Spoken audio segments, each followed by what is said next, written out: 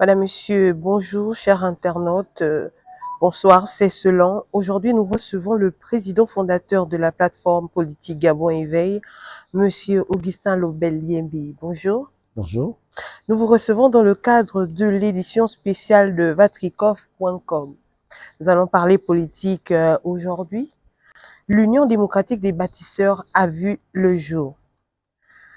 Votre formation politique va-t-elle adouber cette union ou reste-t-elle indépendante? Merci de votre visite chez nous une fois de plus. Donc, l'Union des bâtisseurs, le parti créé par le président de la République, Brice Clotaire Oligui Nguema, depuis le 5 juillet dernier, est l'émanation de sa propre plateforme, les bâtisseurs, qu'il a créée en mars, notamment la mi-mars. Et nous avions créé Gabon Éveil, la plateforme Gabon Éveil, en ces lieux le 22 février de la même année, donc qui est un peu l'aîné.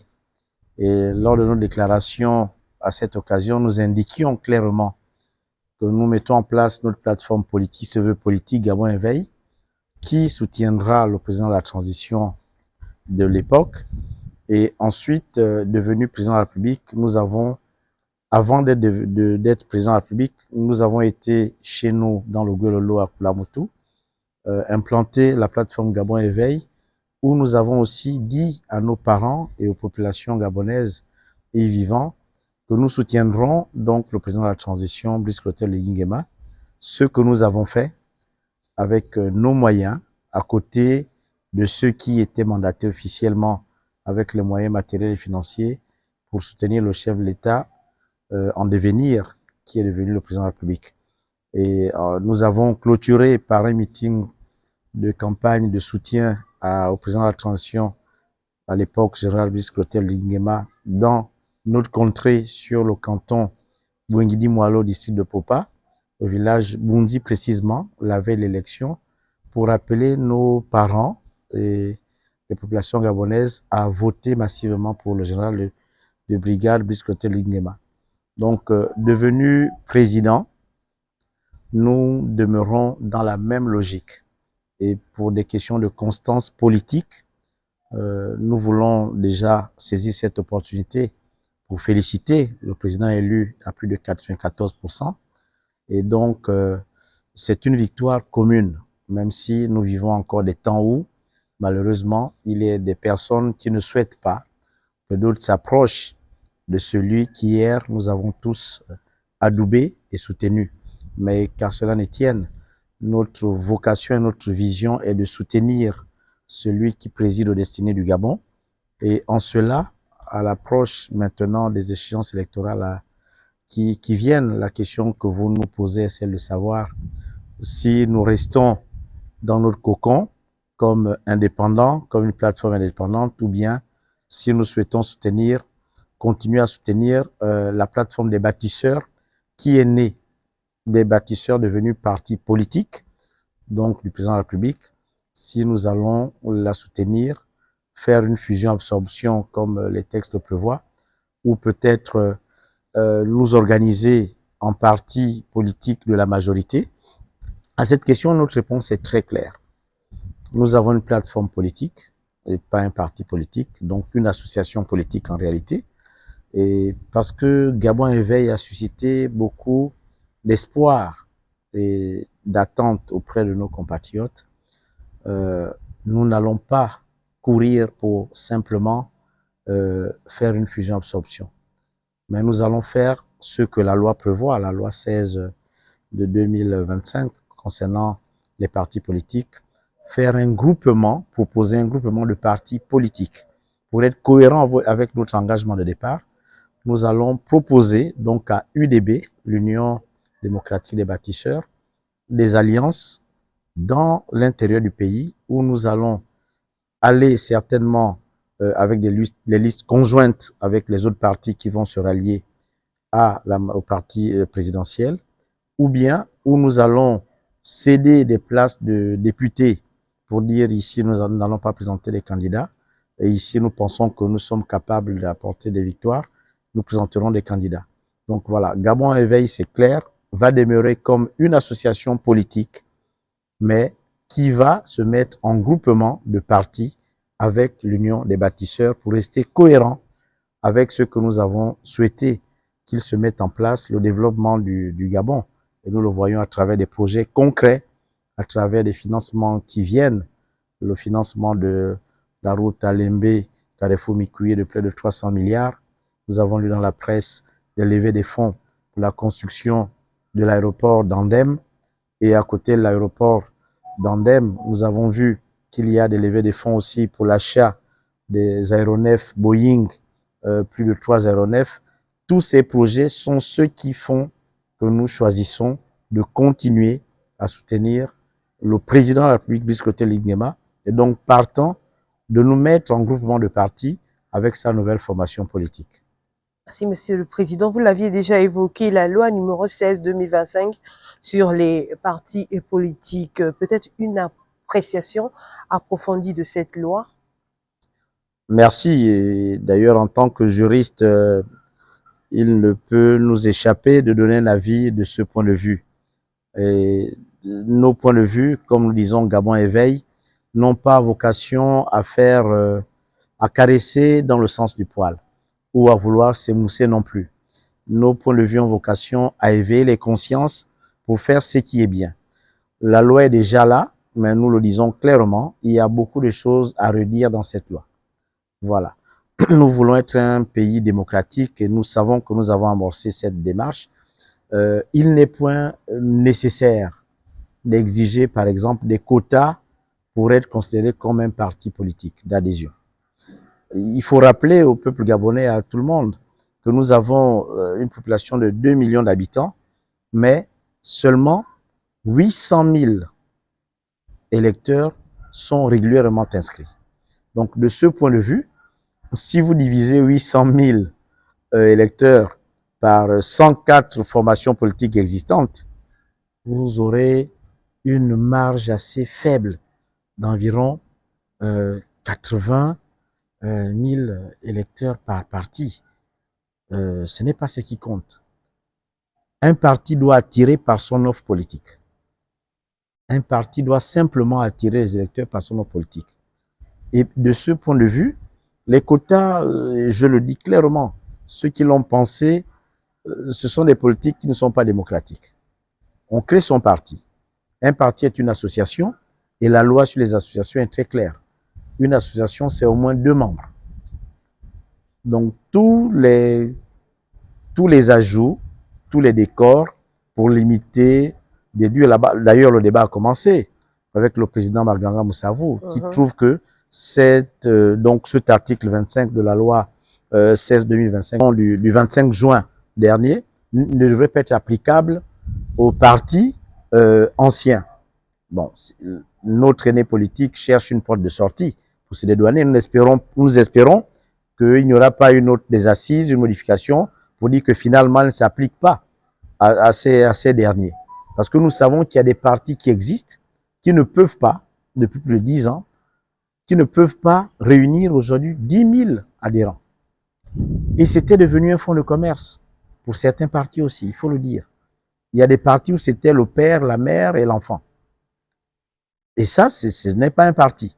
Et d'ailleurs, dans les nominations que nous avons vues, que nous vivons, nous constatons, pour le déplorer, que lorsqu'il est demandé à certains responsables de partis de proposer des nominations, allons-y voir, allons-y dans le concret. C'est Gabon Éveil qui parle ici. Lorsqu'on demande de proposer des nominations dans une province, mais ce sont les leaders d'un parti qui proposent qui leurs frères, leurs sœurs, leurs fils, leurs enfants, leurs neveux, leurs petits-enfants. Et même dans les élections à venir, nous allons dénoncer beaucoup de listes où on enlève la belle-fille pour mettre le beau-fils, où nous vivons encore ce genre de comportement. Donc cette loi, elle est déjà un cadre normatif qui permet de réguler parce que nous voulons rentrer dans la 5e République, mais il va falloir que nous réécrivions cette loi. On n'a pas besoin d'imposer 10 000. Tout le monde peut trouver 10 000 adhérents avec les NIP, il suffit d'arpenter le pays. Ce n'est pas tant ça qui est recherché. C'est l'offre politique. Qu'est-ce qu'il est proposé aux gens aujourd'hui? parce qu'un parti, pour ne pas le citer, comme le Parti démocratique gabonais, nécessairement aura plus de 10 000 adhérents. Mais lorsqu'ils auront eu les 10 000 adhérents, alors à quoi nous aura servi le 30 août si c'est un critère pour qu'on soit un parti politique? C'est le plus vieux parti du Gabon. De parti unique à parti majoritaire pendant plus de 50 ans. Qu'est-ce que vous attendez que ce parti, à côté de Gabon Éveil, puisse être comparé? Ce n'est pas un critère pertinent. Ce n'est pas du tout un critère pertinent.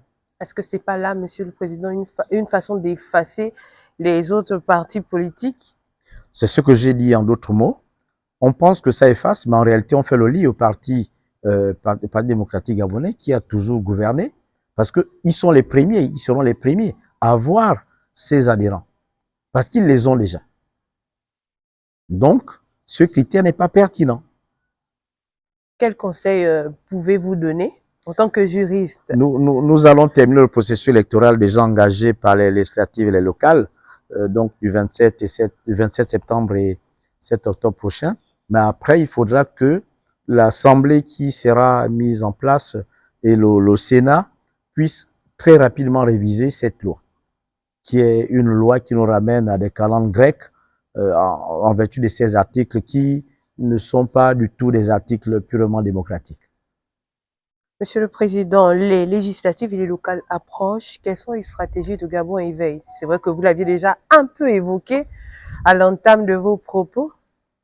Alors, Gabon Éveil se veut un parti, et je cite pour exemple l'UPG, l'Union du peuple gabonais, pour qui donc le président fondateur, Feu Pierre Mamboundou, et je voudrais remercier ici un de mes mentors politiques, un de mes seuls mentors politiques, Jean-Félix Moulungui, nous ont enseigné des valeurs d'éthique, de probité morale et des valeurs d'amour de la patrie, où on ne met pas l'argent en avant. Et donc, nous voulons dire au peuple gabonais que votons le changement, ne votons pas les mêmes habitudes où on nous apporte 5 000, 10 000, le temps d'une campagne électorale, et après, lorsqu'ils repartent, on ne les voit plus. Il y a des hommes politiques dont on ne sait pas où ils habitent, on n'est même pas capable de franchir le seuil de leur porte, mais lorsqu'ils viennent au village, ils se mettent à genoux devant nous, pour nous qui sommes du village. Donc la stratégie, elle est simple.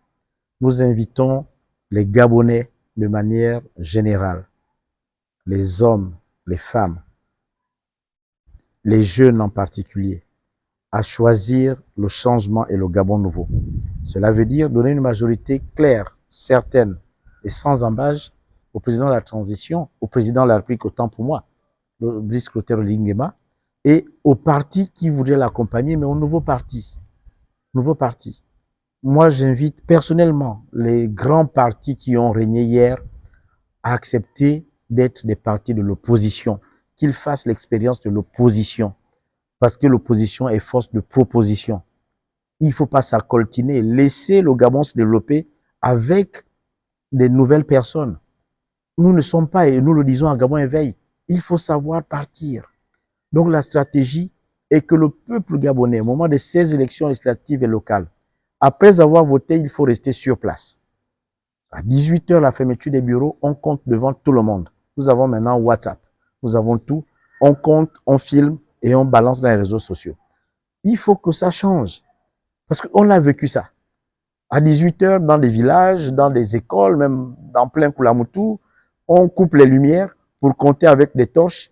Et lorsque c'est le candidat de UDB qui a gagné, on dit que c'est le candidat de Gabon Éveil.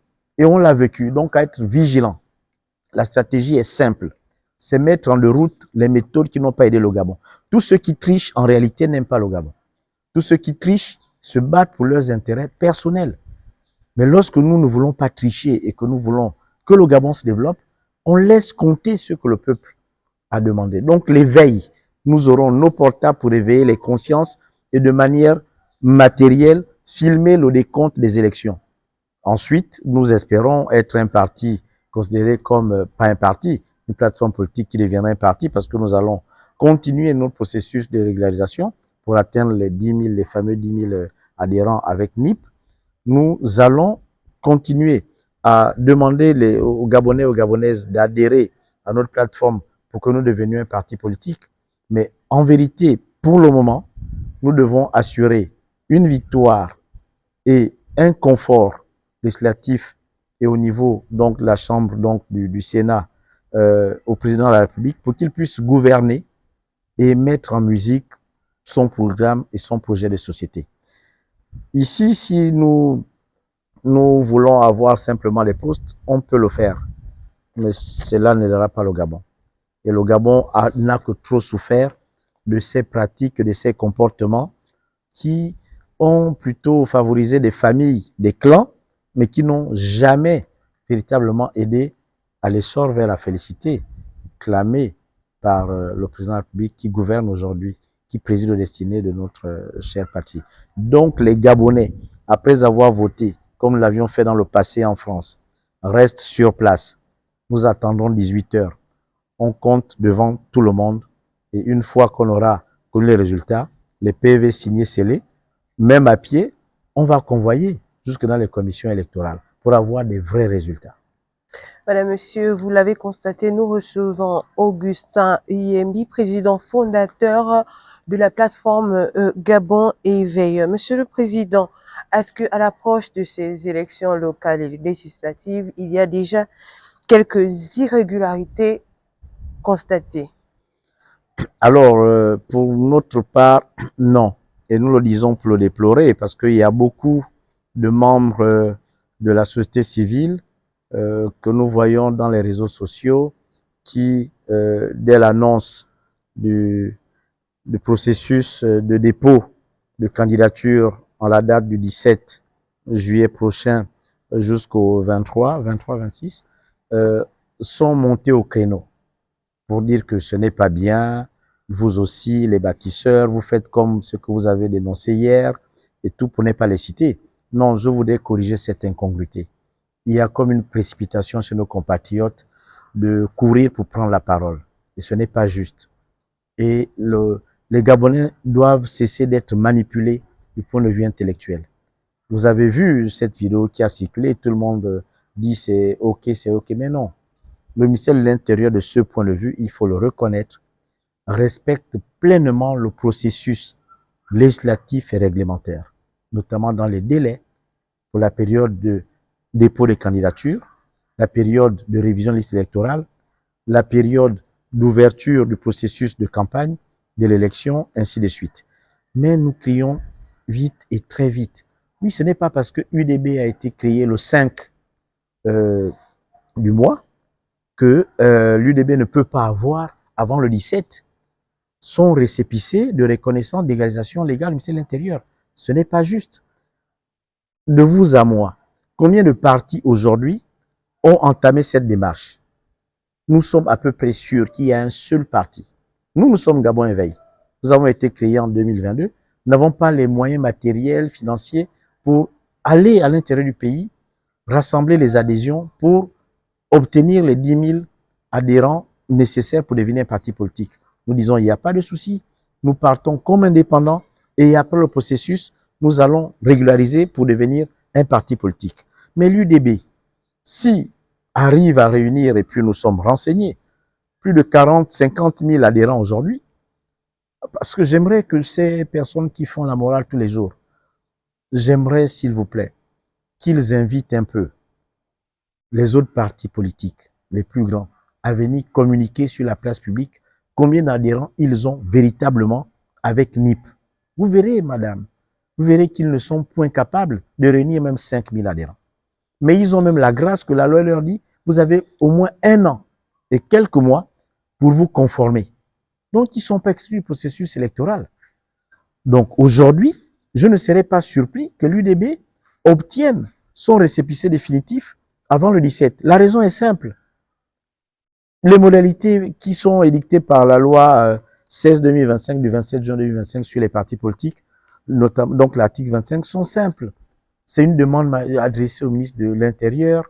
C'est donc apporter la pièce d'identité du fondateur ou des fondateurs, la pièce d'identité des gérants, ensuite leur casier judiciaire, leurs certificats médicaux qui ne sont pas nécessaires en réalité, et puis les fameux 10 000 adhérents avec NIP, c'est des choses élémentaires.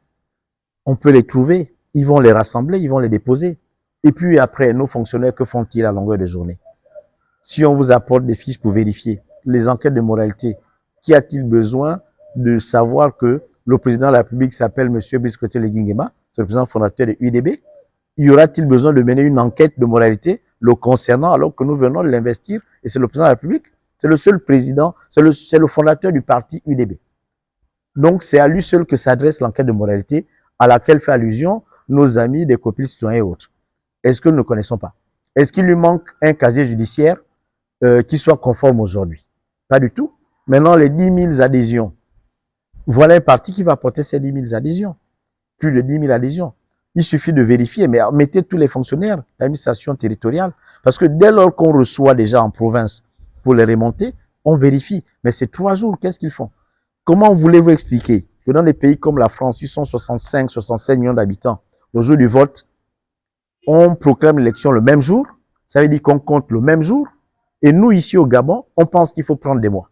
Et la loi à laquelle je faisais allusion, la 16-2025 du 27 juin, concernant les partis politiques, est claire là-dessus. D'ailleurs, si l'administration n'a pas répondu à votre demande de légalisation de votre parti dans les 60 jours, la demande est réputée acceptée. Vous devenez automatiquement un parti reconnu. Donc, nous pourrions piéger l'administration. Gabon Éveil, par exemple, nous introduisons notre demande. Si on n'a pas de réponse dans les 60 jours, le parti est créé. Mais c'est un délai de 60 jours. Donc, ça peut être examiné en 1 jour, en 2 jours ou 3 jours. Donc, qu'on arrête un peu la distraction pour attirer l'attention. Donc, ici, le processus se déroule normalement. Ils ont demandé la création des organes qui organisent la serre et autres. Oui, ça a été mis en place. Hier, il y a un arrêté, mais un arrêté qui a été en fait publié depuis quelques 4, 5, 6 jours. Donc, des fois, et c'est cela le danger. Là, en droit, on dit nul n'est censé ignorer la loi. Des gens partent, ils ont vu une communication et ils critiquent à tout va. La prudence voudrait qu'on vérifie si la critique qu'on voudrait porter n'a pas déjà des réponses légales et réglementaires. Et c'est le cas. Et lorsque c'est parti dans la place publique, tout le monde dit oui, mais il a raison, il a raison. Et on va dénigrer un pouvoir que nous soutenons, par ailleurs, qui nous a dit venez vous exprimer, mais parce qu'on veut passer pour celui qui est le plus intéressant, qui sait prendre la parole dans les médias, qui sait prendre le téléphone et se répandre en conjecture contre des choses dont on ne comprend pas, et on fait le pays de briques et de broc. Donc il faut que les Gabonais comprennent que le processus électoral, il est bien respecté. Nous avons besoin d'un pays qui se mette sur les rails. Nous avons besoin d'un pays qu'on gouverne comme les yeux fermés, en se disant, comme le chef de l'État l'a dit aux États-Unis, nous sommes riches. Et j'ai bien apprécié. Nous sommes riches pour éviter le mépris. Merci, Monsieur le Président. On va aller dans un autre angle, parler de la visite du chef de l'État aux États-Unis. Juste votre commentaire de cette visite. Je voudrais saluer, et pour le dire, je me suis reconnu dans ce discours. Je l'ai reçu à 6 heures ici dans le jardin parce que je me lève tôt pour méditer, écouter le bruit, le bruissement des feuilles et maintenant le bruit de certains oiseaux. J'ai suivi, j'ai écouté, je me suis senti gabonais, mais pleinement gabonais et fier. Parce que je vais faire une anecdote. Lorsque j'ai étudié en France, j'ai été témoin d'un mariage d'une jeune dame dont la belle famille était descendant des négriers. Mais elle m'a choisi, moi, comme d'origine africaine, gabonais, pour être son témoin de mariage. Et donc les parents, la dame m'ont dit, Augustin, on voudrait te prévenir de quelque chose pour que tu ne sois pas choqué ou surpris. J'ai dit d'accord, qu'est-ce qu'il y a? Ils me disent, mais la belle famille de ton ami qui a bien voulu que tu sois son témoin de mariage, parce que par ailleurs, à mes heures perdues, je chante comme un corbeau à l'église. Et donc, sont descendants d'une famille de négriers qui ont pratiqué la traite des Noirs. Moi, j'ai étudié à Nantes, et si vous allez à Nantes, si vous connaissez Nantes, la place du commerce, on appelle place du commerce, c'est le commerce triangulaire. Et à Nantes, il y a encore la grue dans laquelle on jetait les filets sur les esclaves et on les soulevait pour les dépoter. Maintenant, cette grue, sert aujourd'hui, ça a servi, après l'abolition de l'esclavage, à soulever la banane douce qui venait de Martinique et autres. Mais l'histoire est là. Donc, si jamais elle se comporte avec toi de manière raciste et autres, comment tu prendrais les choses? Alors j'ai fait un petit sourire. J'ai dit, vous lui direz que moi aussi je suis raciste. Là, ils se sont redressés. Mais comment un noir peut dire ça? J'ai dit, moi aussi je suis raciste. Je peux être moi aussi négrier, au sens où je prendrais les blancs pour les traiter comme tels. Mais comme je ne peux pas refaire l'histoire, nos parents ont été vendus, on connaît l'histoire de la traite des noirs, par nos propres parents, ce que nous déplorons, en espérant que le pouvoir de la Cinquième République ne soit pas trahi par ceux qui sont au cœur même de ce pouvoir. Je leur ai dit que dites-lui à la belle-mère de mon ami que moi aussi je suis négrier. Si elle me traite humainement, je me comporterai comme un humain normal. Si elle me maltraite ou si elle me traite en négrière, je suis même capable de lui montrer ma violence physique et j'ai un président qui s'appelle Omar Bongo Ondimba qui n'acceptera jamais qu'un Gabonais soit en prison en France pour ce genre de comportement. Il viendra me chercher avec fierté. Et ça, hommage à lui. Je le leur ai dit. Et lorsqu'ils sont partis, ils leur ont dit cela. Et en plus, c'est moi qui devais animer la messe de mariage. Mais quand on est arrivé, la dame était dans son côté, moi j'étais dans le mien.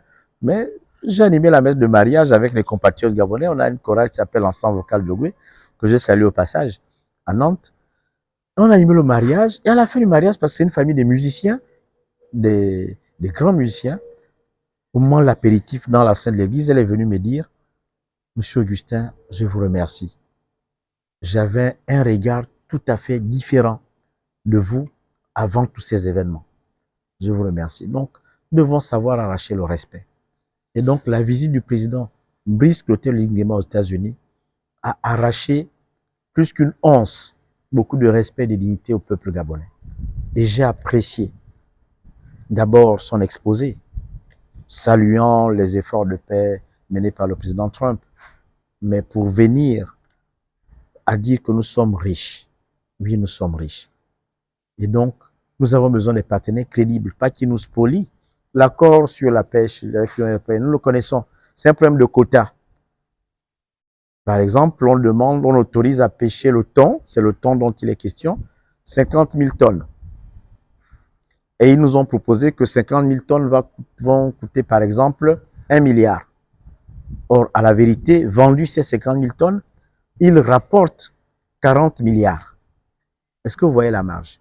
Et en connaissance de cause, la République gabonaise estime que nous devons revoir ces accords pour que cela soit des accords gagnant-gagnant.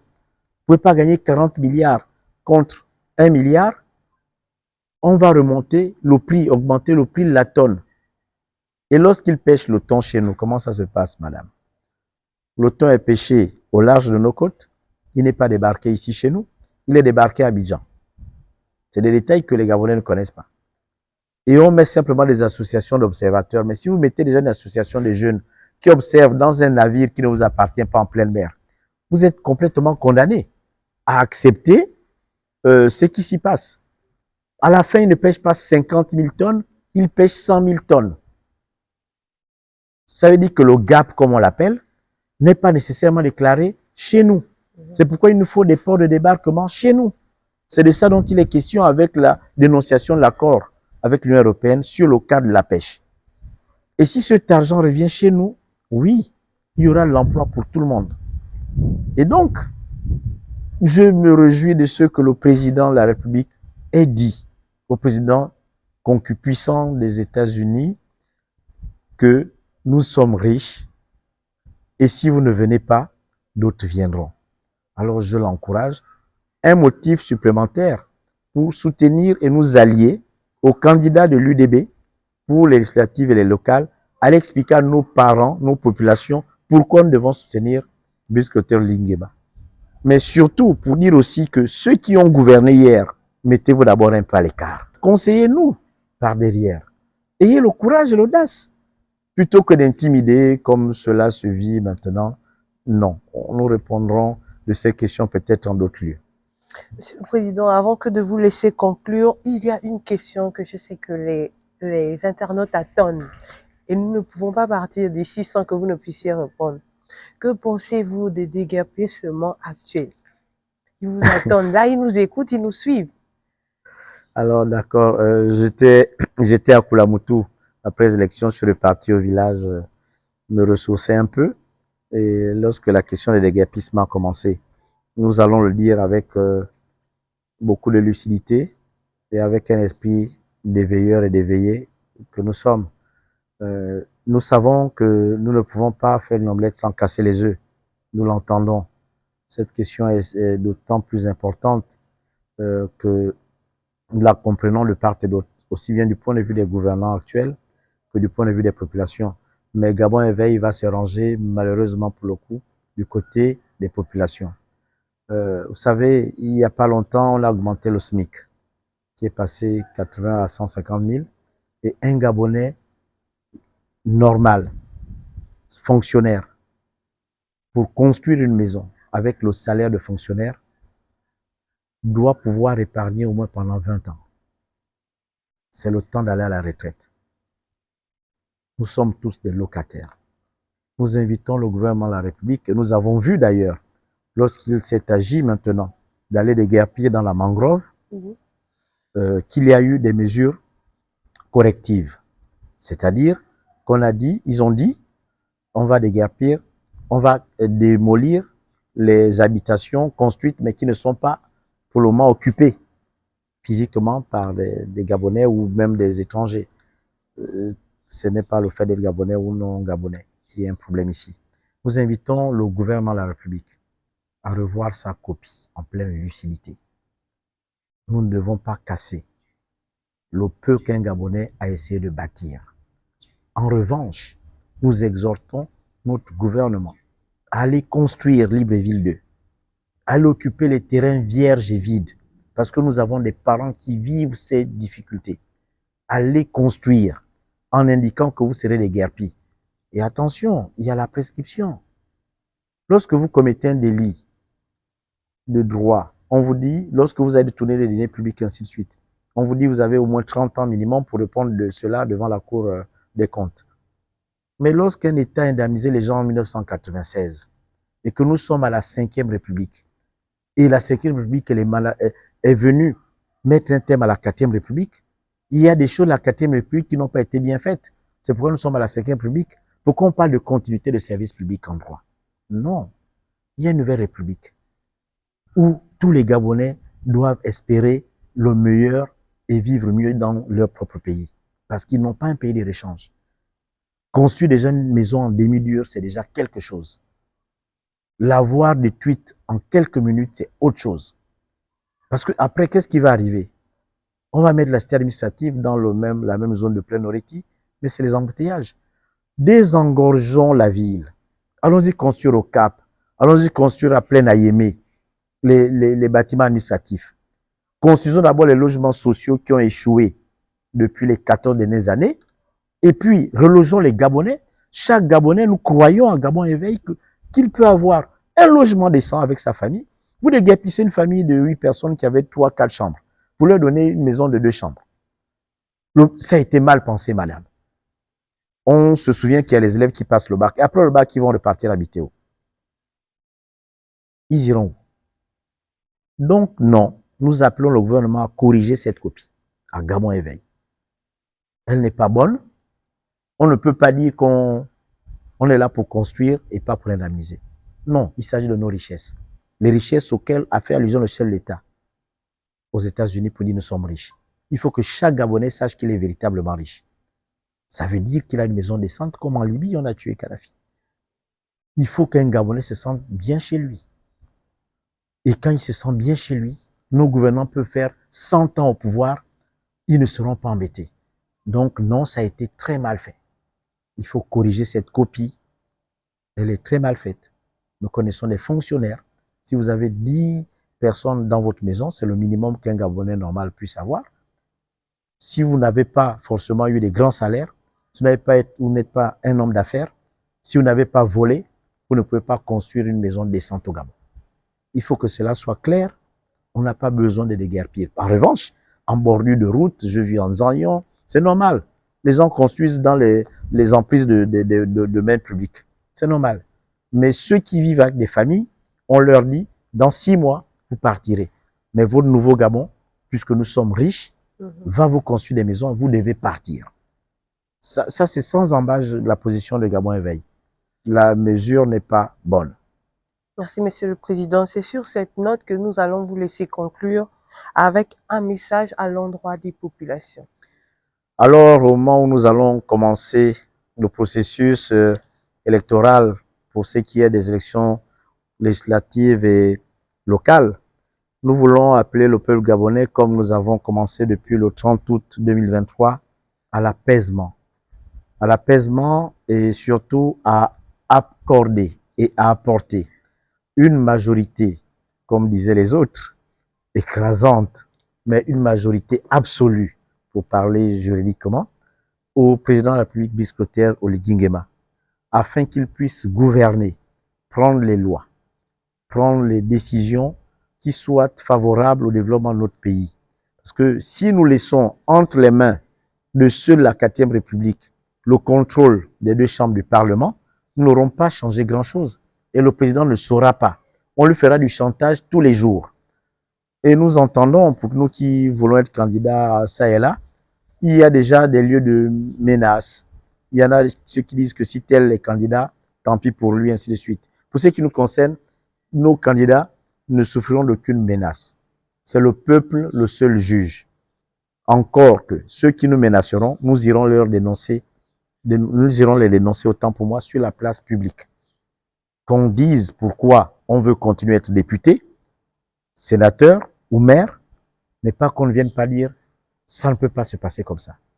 Donc nous invitons le peuple gabonais à faire preuve et montre de beaucoup de sagesse pour aller voter à partir du 27 septembre prochain une majorité absolue pour les candidats du président de la République, Brice Clotaire Oligui Nguema. C'est sur cette base que les accords, les prêts qu'il est en train d'obtenir à l'international seront ratifiés par nos chambres du Parlement. Parce que ça vient. Le peuple, in fine, décide. Il obtient des accords, mais on revient au Parlement, Assemblée nationale et Sénat pour dire est-ce que vous voulez que cet argent soit pris là-bas pour développer la route Alembe, Mikarefo, Mikouyi? Oui. Donc, que les Gabonais continuent dans les langues qu'ils ont commencé, parce qu'il est question d'accompagner maintenant le président que nous avons élu pour 7 ans. Tout n'est pas parfait, il y a des déceptions, j'entends les gens, c'est ça la 5e République, c'est ça. Non, c'est pas, naturellement on entendra ça, ce n'est pas ça le problème. Accordons-lui une majorité confortable dans les 2 chambres du Parlement afin qu'il puisse gouverner de manière sereine avec les belles annonces. Il est prévu d'élever 10 milliards, 10 000 milliards de francs CFA sur les 7 ans pour développer le pays. On n'a jamais entendu ça. On a les avions qui vont arriver, on a l'aéroport qui va être fait. Nous avons un produit là que je ne connais pas, je ne connaissais pas ça à Tchibanga. La potasse, hein. Vous voyez, qui vont arriver. Donc, il y a de l'emploi qui va être créé. Croyons en ces projets-là.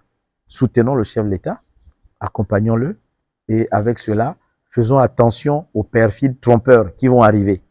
Voilà. Donc, c'est sur ce que j'invite les Gabonaises et les Gabonais à bien vouloir accepter l'offre politique qui leur sera faite par UDB et ses alliés pour que nous advenions véritablement à l'essor vers la félicité.